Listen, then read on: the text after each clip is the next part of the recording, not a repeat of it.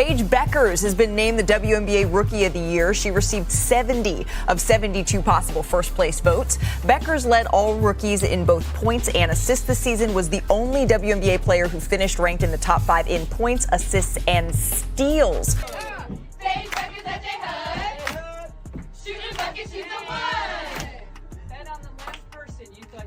On this cool spirit tunnel, but I'm here to present you with the 2025 Kia WNBA Rookie of the Year Award. Congratulations.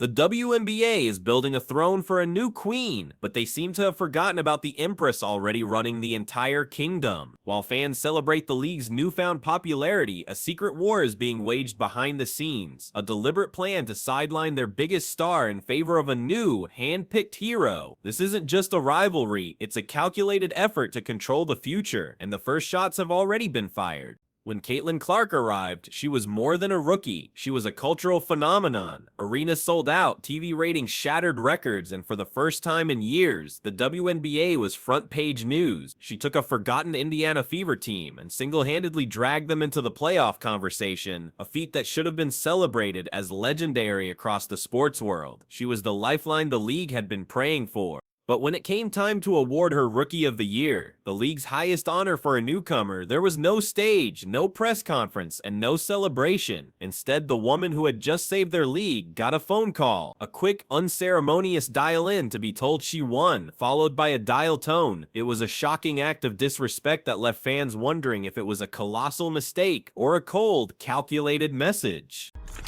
The news that you are WNBA Rookie of the Year, Paige Bueckers. My goodness, she'd be checking some of them boxes. She checked some of them boxes. By the way, it was not ununanimous. It was not. Sonia Cintron actually got some votes. And we'll look at that in a second. Well, let's look at it now. Hell, why not? Let's look at it now. Right here, Paige Bueckers wins Rookie of the Year. Sonia Cintron got 2 votes. Should have been more than that.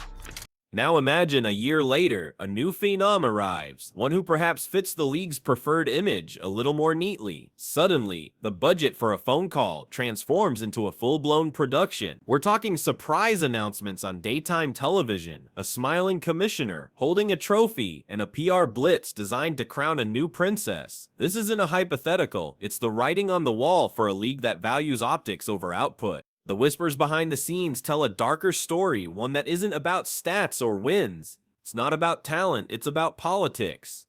Caitlin Clark doesn't play the part the establishment wrote for her. She doesn't bow to the league's inner circle or parrot their pre-approved talking points. She simply plays basketball at a historic level, and for some reason, that raw and unapologetic independence makes the league's power brokers deeply uncomfortable. This isn't new in sports. Leagues have always tried to manufacture their heroes, players who are polished, media-trained, and perfectly aligned with the corporate brand. They want a star they can control, a face they can easily market without any friction. But Clark has proven from day one that she is anything but controllable. She is an authentic force of nature, and that power terrifies them.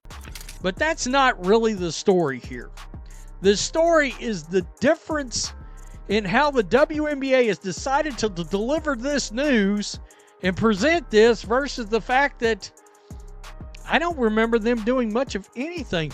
Enter Paige Bueckers, a player with undeniable talent and a massive following from her UConn days. She's charismatic, beloved by the media, and seen as the perfect candidate to be the league's next chosen one. The stage is already being set to present her as the ideal hero, a stark contrast to how Clark is subtly cast as the disruptive outsider who needs to be managed. But the most damning evidence of this secret war isn't what the league does, but what it doesn't do. Fans watched in horror as Clark was targeted on the court last season. She was shoved to the floor, hip-checked in mid-air, and blindsided with cheap shots that had no place in the game. Yet the whistles remained silent, and the league looked the other way, refusing to protect its biggest asset. At the center of it all is Commissioner Cathy Engelbert. Her shocking inaction as Clark was physically assaulted on the court wasn't just a failure of leadership, it was a silent endorsement. Her silence sent a clear message to the rest of the league. Caitlin Clark is fair game. This perceived bias has earned her a notorious reputation among the very fans the league needs to attract. Cathy Engelbert made a very special trip to the Jennifer Hudson show to surprise Paige Bueckers with the Rookie of the Year award. This was a super adorable moment. I love this for Paige, very happy for her. And I want to preface this video by saying this is the way that these things should be done, and I don't want to take anything away from Paige in her moment. I only bring this up because last year, this is how Caitlin found out that she was Rookie of the Year. Via a call on speakerphone where Cathy asks, "Is the whole team here, and is Caitlin Clark in the room?" Not even a FaceTime. Here's the video. Congratulations, Caitlin. You are the 2024 Kia WNBA Rookie of the Year.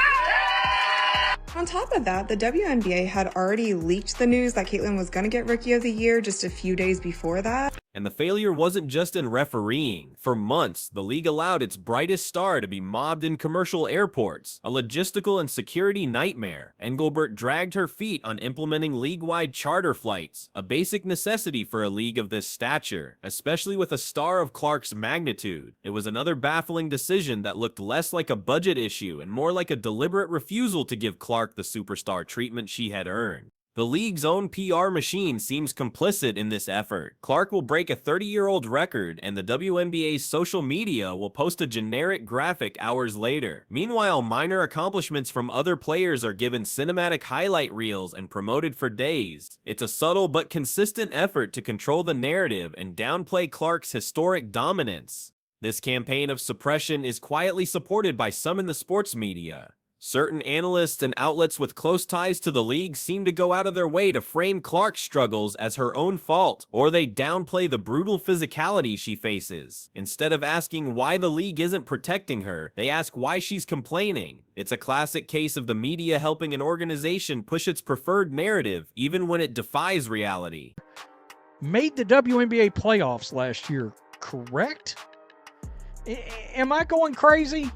Now look, that would have had to have been a result of Caitlin Clark joining the team, because I'm almost certain Aaliyah Boston and Kelsey Mitchell were on the team prior to that. So they made the playoffs last year. Paige Bueckers won exactly how many games this year? Did she win 10 games? I think she won 10. This pattern of disrespect reached a boiling point with the Olympic team's snub. Despite being the most popular and impactful player in the country, Clark was left off the roster. The decision was defended with flimsy excuses about experience, but fans saw it for what it was: another attempt by the sports establishment to put their biggest star back in her place and remind her who is in charge. It's a tale of two jarringly different standards. A player commits a flagrant foul against Clark, and the league issues a minor fine only after a full day of overwhelming public outrage. Meanwhile, Engelbert is quick to make public appearances for far less critical issues. The hypocrisy is so blatant it feels intentional, fueling the fire of fan outrage and making the league look incompetent at best and malicious at worst. And that outrage has been deafening. A digital army of fans has risen to defend Clark, calling out the league's bias with every post, video, and comment. They have become the marketing and protection that the WNBA refuses to provide, pointing out every instance of disrespect and ensuring the truth isn't buried under a mountain of corporate PR. It's no surprise that worst commissioner in sports has become a title frequently associated with Engelbert online. She inherited a golden goose in Caitlin Clark, and instead of nurturing it, has seemingly tried to pluck its feathers. Her tenure is becoming defined by a baffling inability to capitalize on the biggest moment in the league's history, leaving many to wonder if she's even capable of leading. Just for a moment, consider the unthinkable double standard at play. Can you imagine the NBA treating a rookie Michael Jordan or LeBron James this way? If a rookie with their impact was being physically targeted and systematically downplayed by the league office, there would be a revolution. Adam Silver would hold an emergency press conference. The league would move heaven and earth to protect its cash cow, but in the WNBA, the opposite seems to be happening.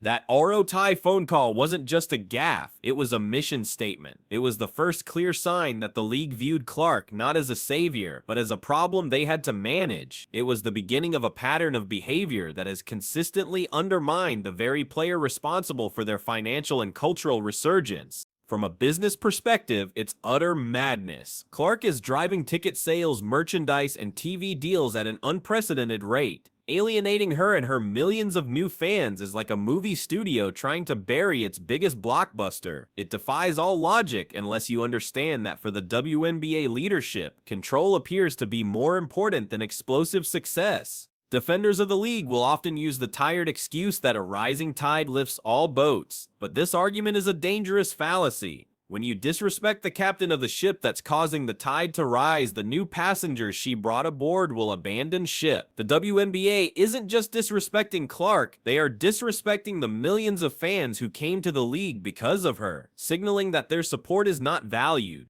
This sentiment has reportedly trickled down into the league itself, with whispers of veteran jealousy and resentment, creating a toxic atmosphere. Instead of quashing this narrative and uniting the players behind their good fortune, the league's inaction has allowed it to fester, creating an environment where the biggest star is often treated like the biggest threat. But a funny thing happened. Every time the league and its insiders tried to push Clark down, her star only shone brighter. Every snub, every cheap shot, and every dismissive comment from the establishment only made her fans more loyal and her story more compelling. They tried to make her smaller, and instead they inadvertently made her a martyr. Just imagine what the WNBA could be if they simply embraced the phenomenon they were gifted. Instead of a Cold War, imagine a league that promoted its revolutionary star, that protected her on the court, and that built its future around her. The growth wouldn't just be incremental, it would be explosive, rivaling other major sports leagues. But they chose a different path.